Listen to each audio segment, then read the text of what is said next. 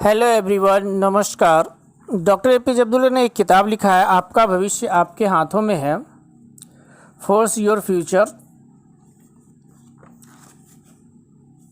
इस किताब में स्टूडेंट्स, यूथ और पब्लिक के द्वारा पूछे गए सवालों का खूबसूरत तरीके से जवाब दिया गया है। इसे हर किसी को इस किताब को एक बार पढ़ना जरूर चाहिए। कई सारे लोगों के सवालों का जवाब दिया जाएगा। 32-33 सवाल हैं इसमें, जिसके खूबसूरत जवाब दिए गए हैं। इनकी भूमिका ही ज़बरदस्त है। तो मैं इस सवाल को वीडियो फॉर्मेट में कन्वर्ट करने की कोशिश कर रहा हूँ। कई सारे स्टूडेंट्स को इसका फ़ायदा मिलेगा, लोगों को फ़ायदा मिलेगा, यूथ्स को फ़ायदा मिलेगा। इनकी भूमिका में जो बात लिखी गई है उसे आप समझने का प्रयास करें। पिछले 15 वर्षों के दौरान विभिन्न सभाओं में ईमेल और फेसबुक के जरिए 1.5 करोड़ से ज़्यादा युवाओं से मेरा संपर्क हुआ। मैं जहां भी गया, वह चाहे कोई व्याख्यान हो, कोई सेमिनार हो या कोई बैठक, हर जगह लोगों ने मुझे ढेरों प्रश्न किए। फेसबुक पर लगभग 18 लाख लोग मुझे फॉलो कर रहे हैं और औसतन मुझे 300 ईमेल प्रतिदिन मिलते हैं। मैं हर रोज़ 2 घंटे उनको पढ़ने और उनके जवाब देने में लगाता हूं। पिछले 1 दशक के दौरान देश के युवाओं ने मुझसे जो सवाल पूछे, उन्हीं पर आधारित है मेरी यह पुस्तक। जो लाखों चिट्ठियों मुझे मिली, उनमें से किसे इस पुस्तक में शामिल करूं और किसे छोड़ूं, यह तय कर पाना मेरे लिए बहुत कठिन था। इसमें जो पत्र आपको मिलेंगे वह किसी इंद्रधनुष की तरह अलग रंग में होते हुए भी एक ही प्रकाश से निकलते हैं। और वह प्रकाश क्या है? वह प्रकाश हमारे युवाओं के मन, मस्तिष्क और आत्मा, ईमानदारी, आशाओं और उत्कंठाओं का प्रकाश ही है। इस पुस्तक के माध्यम से मेरा प्रयास है कि युवाओं के दिलो दिमाग और आत्मा की प्रकाश ज्योति न केवल प्रदीप्त रहे, बल्कि उनकी लौ उन्हें उपलब्धियों की ऊंची उड़ान भरने के लिए प्रेरित करे। इनमें से ज़्यादातर में पत्र भेजने वाले ने मुझसे सवाल किए हैं कि ज़िंदगी में जो समस्याएं सामने आती है, उनका हल जानना है। मैंने महसूस किया कि इन सवालों के जवाब देते वक्त कहीं ना कहीं सचमुच उनके हल तक पहुंचने की प्रक्रिया शुरू हो जाती है। थोड़ा और ध्यान देने और गहराई से सोचने पर समझ में आया कि ज़िंदगी में, अपनी दुनिया में जो कुछ घटता है, उसे हम जिस तरह से आगे बढ़ाते हैं, उस तरीके यानी प्रक्रिया की वजह से ही समस्याएं खड़ी होती है। ज़िंदगी में जो कुछ होता है उसे हम किस नज़रिए से देखते हैं और उसके बारे में कैसे सोचते हैं, वही प्रक्रिया है। अगर हम इन स्थितियों और घटनाओं के साथ पेश आने का अपना तरीका बदल ले, तो शायद अपनी समस्याओं को लेकर हमारी सोच बदल सकती है और जाहिर है उनके हल भी। क्या हालात के साथ किसी दूसरे तरीके से पेश आना सीखा जा सकता है? सवालों के जवाब देते हुए मैंने यही समझाने की कोशिश की है। ईमेल और चिट्ठियों में पूछे गए सवालों पर मेरे जवाब मेरे निजी जीवन के अनुभवों, राजनीति और अध्यात्म क्षेत्र की बड़ी हस्तियों के साथ मिलने जुलने और किताबों से मैंने जो कुछ सीखा, उसी का सार है। ये सवाल जवाब इस तरह पेश किए गए हैं कि सवालों से मिलती जुलती समस्याओं का सामना कर रहे किसी भी पाठक के लिए जवाबों में छुपे संदेश कारगर हो सकें। साथ ही इस बात पर लगातार जोर दिया गया है कि जिसे हम समस्या कहते हैं, वह शायद अपनी ज़िंदगी में कुछ घटने या पता चलने पर जो रवैया अपनाया, उसके फल के सिवा कुछ नहीं। जब आप पढ़ते हुए आगे बढ़ेंगे तो आपको एहसास होगा कि अपने ज़्यादातर जवाबों में मैंने ज़िंदगी के इस पल में हम क्या चाहते हैं, उसी पर पूरा ध्यान देने पर जोर दिया है।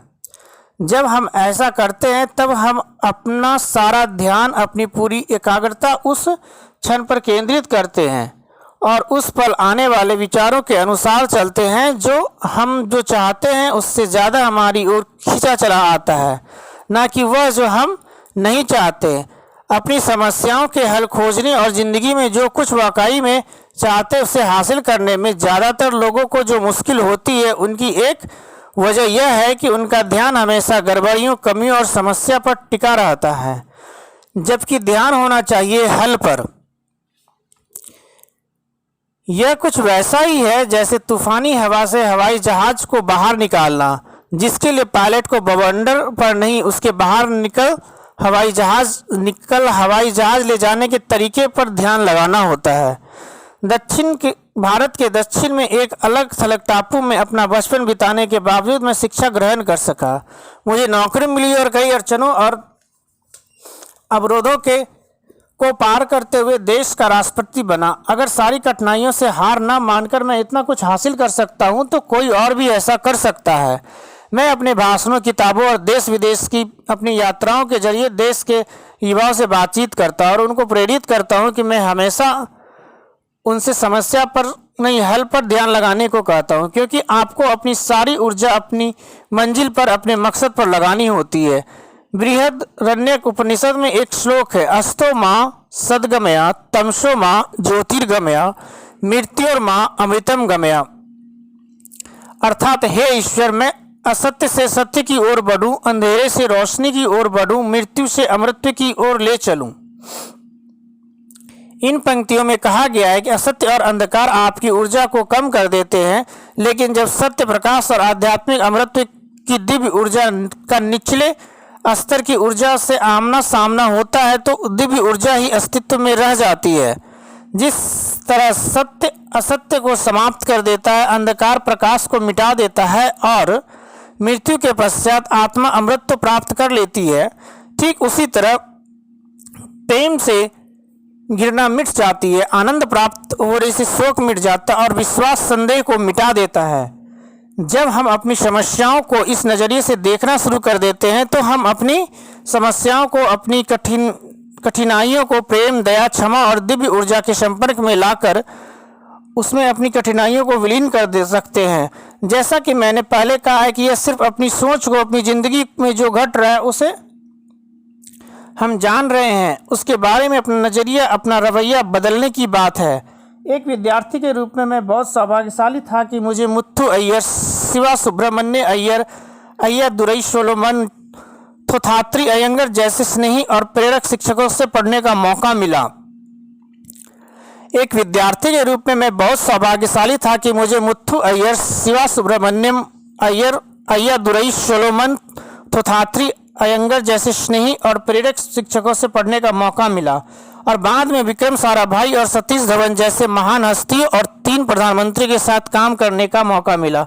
जब आप ऐसे लोगों के आसपास होते हैं तो ऊर्जा के सर्वोच्च स्तर पर होते हैं तो उनकी ऊर्जा के दायरे में रहने भर से ही जो कुछ भी बुरा या अनचाहा होता है वह सब ठीक हो जाता है। जब प्रेम से सदाबोर दिव्य ऊर्जा को अव्यवस्था, असंगता या किसी विकार के सामने लाते हैं तो वास्तव में बुराई को खत्म करने वाली ऊर्जा छा जाती है। इस संसार में हर कोई, हर चीज एक दूसरे से जुड़े हैं। जो लोग ऊर्जा के बहुत ऊंचे और सक्रिय स्तर में जीते हैं वे उन लोगों की कमी की भी भरपाई करते हैं जो निम्न और मंद स्तर पर होते हैं। इस बारे में डेविड हॉकिंस, जो एक चिकित्सक थे, ने एक अद्भुत किताब लिखी, पावर वर्सेस फोर्स, जिसमें बताया गया कि दिव्य ऊर्जा वालों को कम ऊर्जा वालों के बीच संतुलन बनाए रखने का काम किस तरह होता है।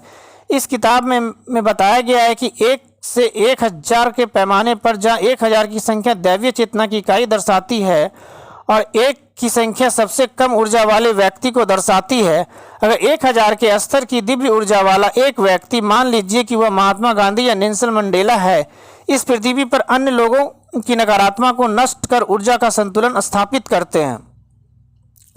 ऐसा नहीं है कि महात्मा गांधी या नेल्सन मंडेला जैसे व्यक्तियों को अपने जीवन में कभी समस्याओं, कठिनाइयों या विपत्तियों का सामना नहीं करना पड़ा, लेकिन उन्होंने पूरी सच्चाई, निडरता और करुणा के साथ उनका सामना किया। डर उनके जीवन में भी था, लेकिन उनके पास अपने डर का सामना करने के लिए साहस था। बस यही अंतर है। उन्होंने डर की आंखों में आंखें डालकर देखा और सीधे अपने रास्ते पर चलते रहे। कभी भी कठिन परिस्थितियों से डरकर भागे नहीं और ना ही उन्होंने इसके लिए किसी दूसरे को दोषी ठहराया। उन्होंने इस सच को समझा और उस पर अमल किया कि ज़िंदगी के मायने दूसरों से बेहतर बनना नहीं बल्कि आज खुद को बीते हुए कल के मुकाबले बेहतर बनाना है।